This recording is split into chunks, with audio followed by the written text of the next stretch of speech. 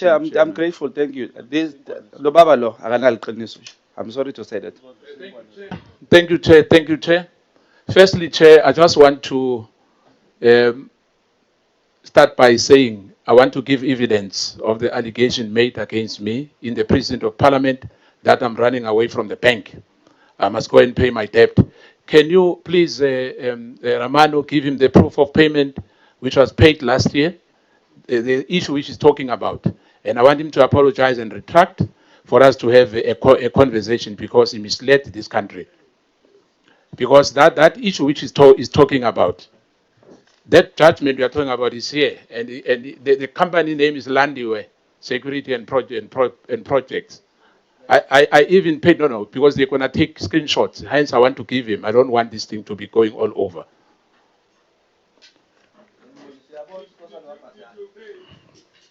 No, you must be himself who said that. It should not be me. That was a judgment. That was the payment. So you've misled the person who called you, whoever he is, misled you. The total payment is 642,000.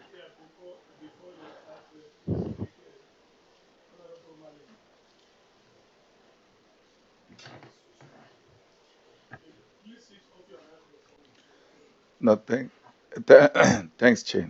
I don't know which part of our investigation this one falls under, where a member of the committee produces evidence. I thought it should be the other way around, because we shouldn't create a wrong precedence of the committees to follow where things are done like we're in a schoolyard, school kids accusing each other of this and that and having to prove to each other about this or that. I think just saying the allegation was a lie and so on and so forth is sufficient than to produce evidence to a witness about personal matters. And even as that this should not be published, and tomorrow we're going to see it out there, we will not know how it got out there. But the fact that it passed through this passage, it will also have implications on us. Thanks. That is a valid point, Honorable Malema. I think you wanted the witness to know that as he instructed you last time, that you must go and pay your debts. You want him to know that you have paid. You are in good standing. Thank you, Chair. Like everyone in the country who run big business, you will understand that. But what I'm saying is that misleading this parliament was completely out of line. So I just want him to retract that. Thank you. Yeah. Mr. Paulo Sullivan, do you see the proof of payments? Switch off your microphone, Jali. Do you see the proof of payments by Chairman, what I see is I see some documents which are a bit fuzzy, but it appears to be proofs of payment.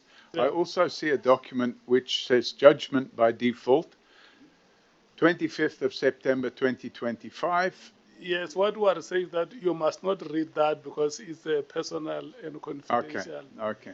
It's for your perusal. Okay. But what he says is that once you have seen that and satisfied yourself that he is indeed in good standing, because he has his own personal reputation to protect and the juristic person that he represents. First of all, Chairman, I didn't. And that your statements have gone viral. Yeah.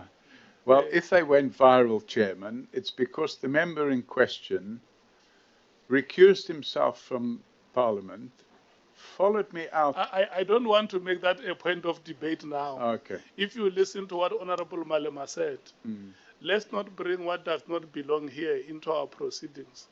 I want him to ask you questions, and then at the end, when you have gone through that and satisfied yourself, in whatever platform, if you agree to go out with a ENCA and that order of journalists which followed you on Thursday last week, I can arrange for you outside. It's not going to happen, Chair. If the member... No, with- no. It's not a point we're going to debate now. Okay. Now I want him to, you and him to have a conversation on our terms of reference. Thank you. I'm not surprised. The arrogance is on a high level, and I can tell you now, we are dealing with a wrong honorable member. Maybe in the last administration, people used to dance for your tune. I'm not going to do that. You've seen the proof of payment. If you doubt it, because in the precinct of parliament, that's what you said here, and you said you are not going to retract what you said, even if you have the proof of payment. That tells me that even before you came in here, you instigated all of us because you are calling us crooks. And I can tell you, Mr. O'Sullivan, that we've been tolerating this white supremacy for many years in this country. And, you know, some of us, you said you've been threatened. I'm just making a remark, Chair. You've been threatened many times that they want to murder you. You know, they want to arrest you. Some of us were arrested multiple times.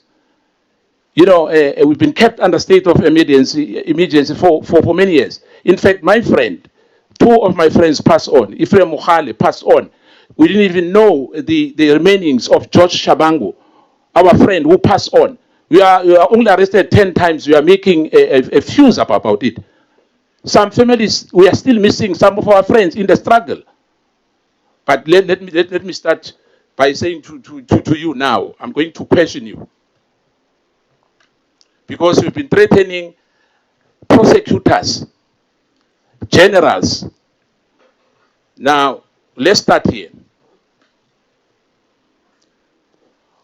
On the knowledge allegation of these syndicates we are talking about, you stated that you have no knowledge of the allegation made by Lieutenant General Mkhwanazi regarding a criminal syndicate infiltrating law enforcement structures. Given your extensive involvement in investigations relating to senior sub-official, can you explain why would you have no knowledge whatsoever of the alleged network or individuals identified in those allegations? Chairman, it's like asking somebody why they don't know about this or why they don't know about that. The reality of the situation is that until I heard the mention of the name Kat Matlala, I'd never heard of this person before. I had no knowledge other than what I'd read in the media about his involvement or alleged involvement with some extraction system or scheme. It wasn't a matter we were investigating. We had no knowledge of the inner details of that system. What I did, however, have knowledge of was Lieutenant General Mkhwanazi's involvement in trying to unlawfully pervert the course of justice when it came to the IPID investigation in respect of General Pashlani.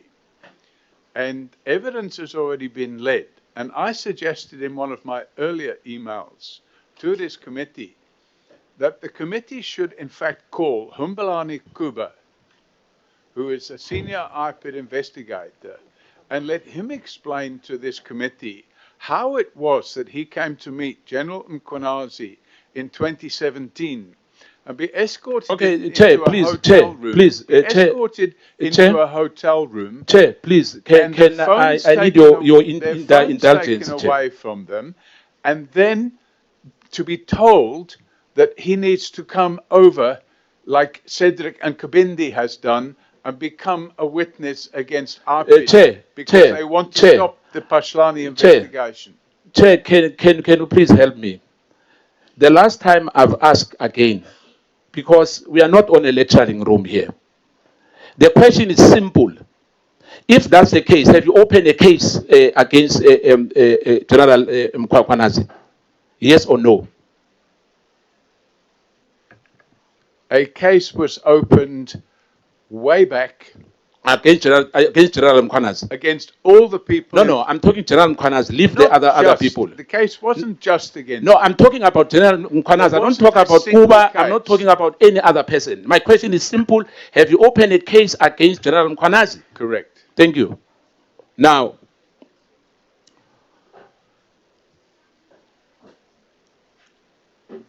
there's perception that, in fact, you have done that.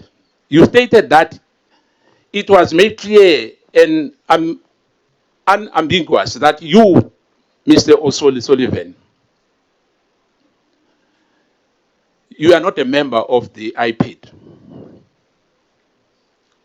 Can you explain how that distinction was communicated to a witness at Sable Hills, and whether any written disclosure or identification was provided to avoid the perception that you were acting as an investigator with an official authority? Honorable Nomvalo asked you earlier about that you are a complainant and an investigator. How so? So what's the question? No, don't do No, I'm that having to a me. problem because I'm getting a multiplicity. No, What is it's the one. actual question? It's one question. question You just delaying my time. That you impersonated yourself as an IP official. Okay, so this question, Chairman, has been answered. In my affidavit, Can you answer me now? I'm going to read from the affidavit. No, don't read. Answer me, because I have the affidavit. I've read that. I just want an You don't answer have from this you. affidavit. This is the affidavit I provided to the Zondo Commission No, on the 19th of October. I don't want a Zondo commission here. I'm asking you. And the point I'm pointing out here, and I'm referring to the... But please don't take me to Zondo commission that fast. I'm referring to the affidavit of Michael Mashucha to the Zondo Commission, and I refer to it with the headline, Lie 2, O'Sullivan expressly held himself out as an IPID investigator. And I stated under oath, this lie is easy to prove. One only has to have regard to the transcripts of the meeting with Jooste, that was Mr. Chris Jooste. It is clear from the transcripts that despite the lies peddled by the Mabula squad and Mashucha, I at no point introduced myself as being from IPID, let alone expressly held myself out to be from IPID, as Mashucha fraudulently claims. How does Mashucha then contrast the exculpatory evidence Chair, emails I had with Chair. Jooste on 2016? Mr. O'Sullivan, I've got that. I'm saying to you, please, if Zondo Commission calls you again, please go and explain to them. I'm asking you here, as a member of this ad hoc committee. My question was very simple. If you don't want to answer, it is fine. But reading that is not going to take us anywhere. Now, I'm going to ask you again. Your interference of evidence in your WhatsApp messages, in annexure, the CCTV photos, are not important and cannot remove it from the statement. Who gave you the instruction on what authority was the evidence alleged to be removed? You remember the story about the CCTV one at the Sable Hills. I don't understand. Okay, let me lead you.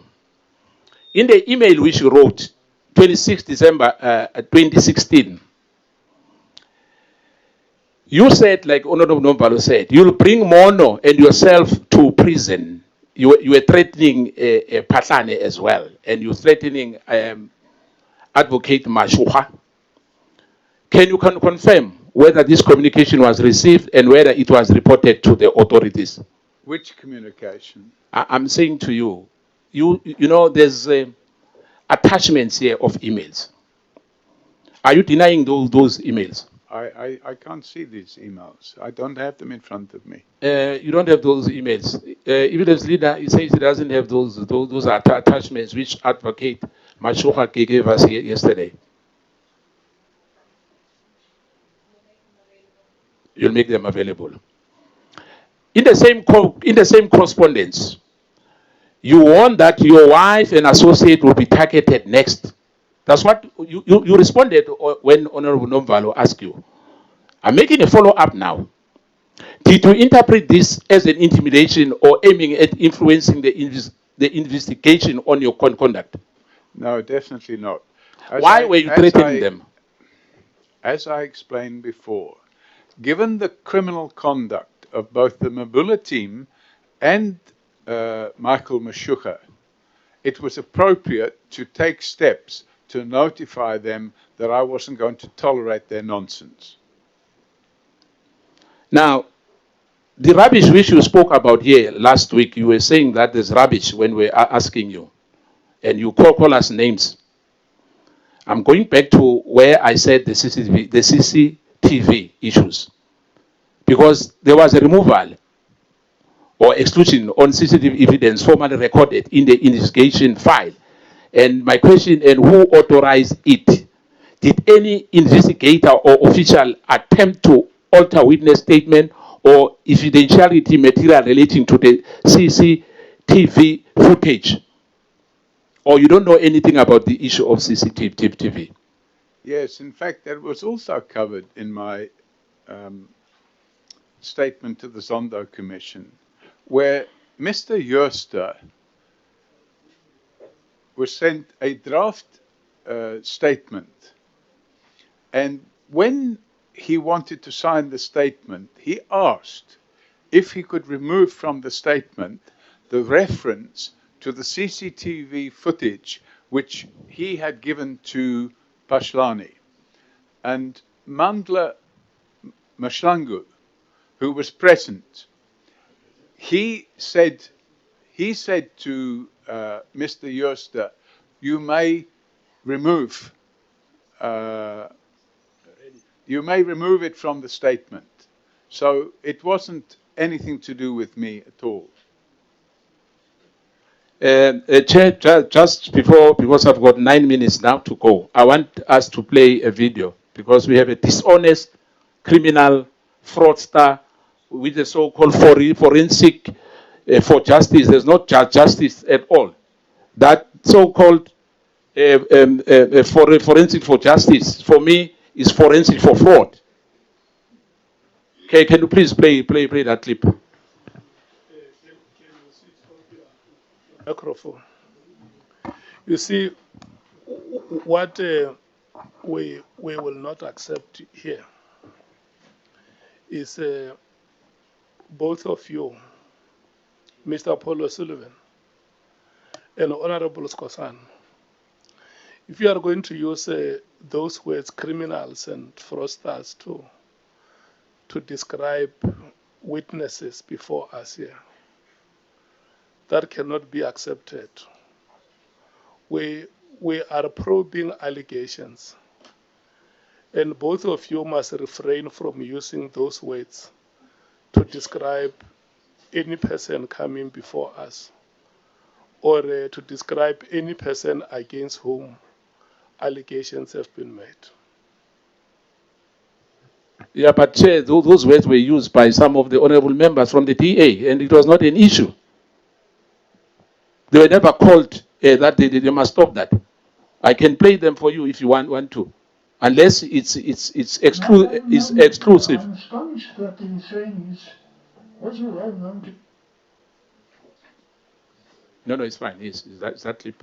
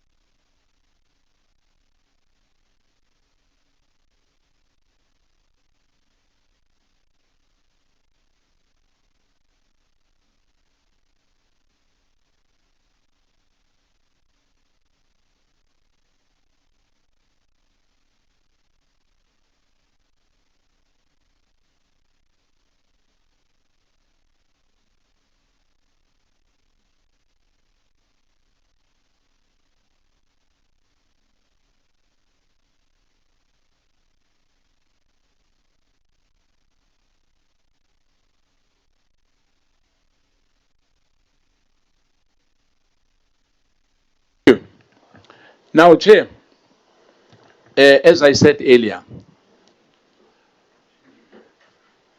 I agree with the former. Just one moment. Honorable Malem. No, I wanted to come in before Honorable Sikhosana comes in.